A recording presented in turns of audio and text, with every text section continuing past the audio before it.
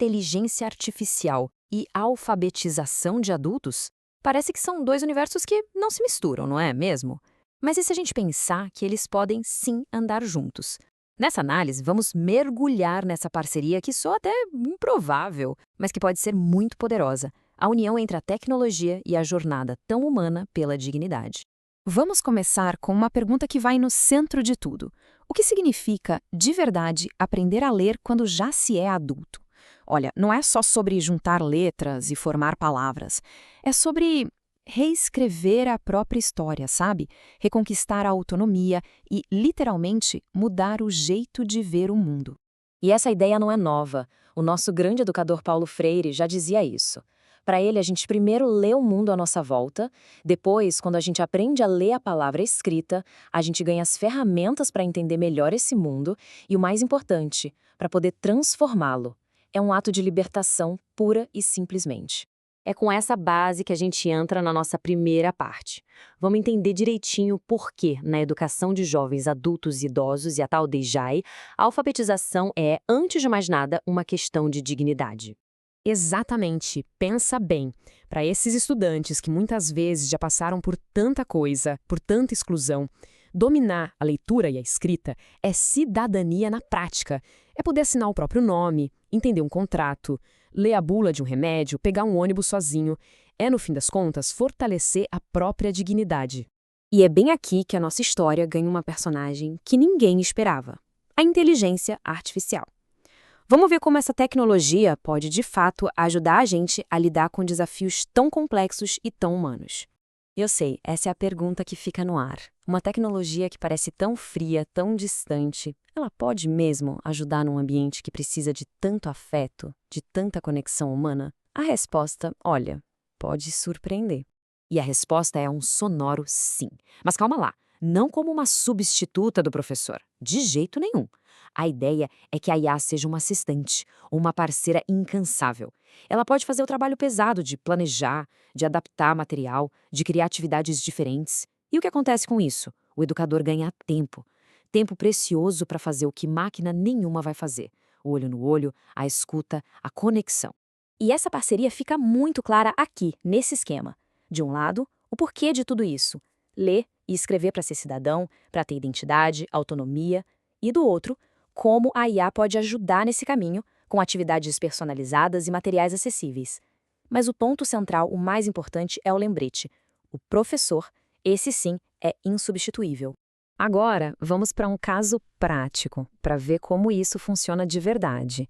E o mais legal é que tudo começa não com a máquina, mas com a cabeça, com a experiência do educador.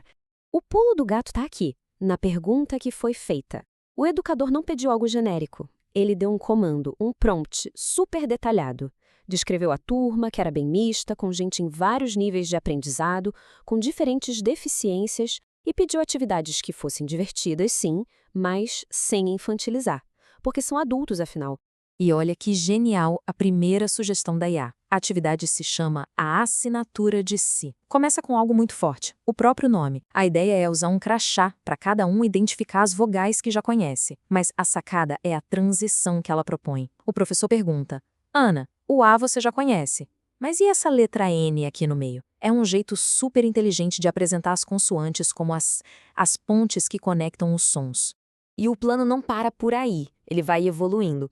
A atividade seguinte, o varal de pertences, conecta as letras com coisas do dia a dia de um adulto. Martelo, chave, rádio, nada de abelhinha, de bola. Depois, a construção em relevo traz o toque, o sensorial, usando letras de lixa, massinha. É uma progressão que faz todo sentido, muito criativa. Ok, mas aí vem o verdadeiro teste de fogo para a IA.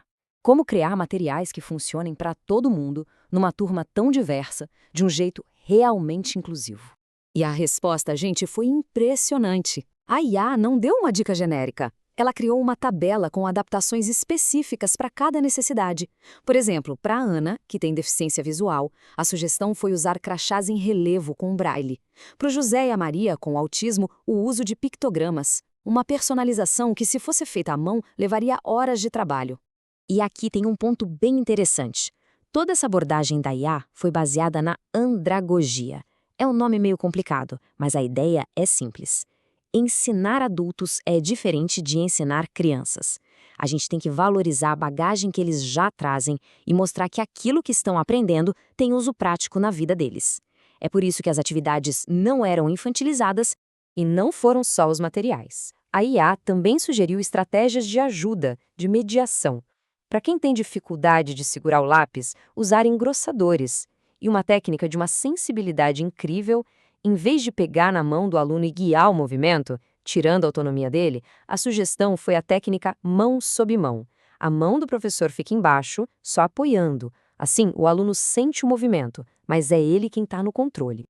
E tudo isso nos leva para a nossa conclusão, que na verdade reforça a mensagem principal desde o comecinho. A tecnologia é sim uma ferramenta fantástica, mas o especialista, o coração de tudo que acontece na sala de aula, continua sendo o educador. Porque, no final das contas, aprender a ler e a escrever quando se é adulto mexe muito com um lado emocional. É sobre resgatar a autoestima, sobre o valor que tem poder, finalmente, assinar o próprio nome. E esse sentimento, nenhuma tecnologia consegue medir ou entender. Então, o que está faltando na inteligência artificial? É simples, ela não conhece a Ana, o José, a Carmen, não sabe das suas histórias, dos seus medos, das suas pequenas e gigantescas vitórias. Esse conhecimento, essa conexão, isso pertence só ao professor. O que a gente viu aqui, então, é a receita de uma parceria que dá certo. De um lado, a sabedoria do educador, que sabe para onde quer ir. Do outro, a força da IA para processar informações e sugerir caminhos. A IA é o copiloto, que mostra o mapa, sugere rotas, mas quem está no comando do avião, quem toma as decisões, é sempre o professor.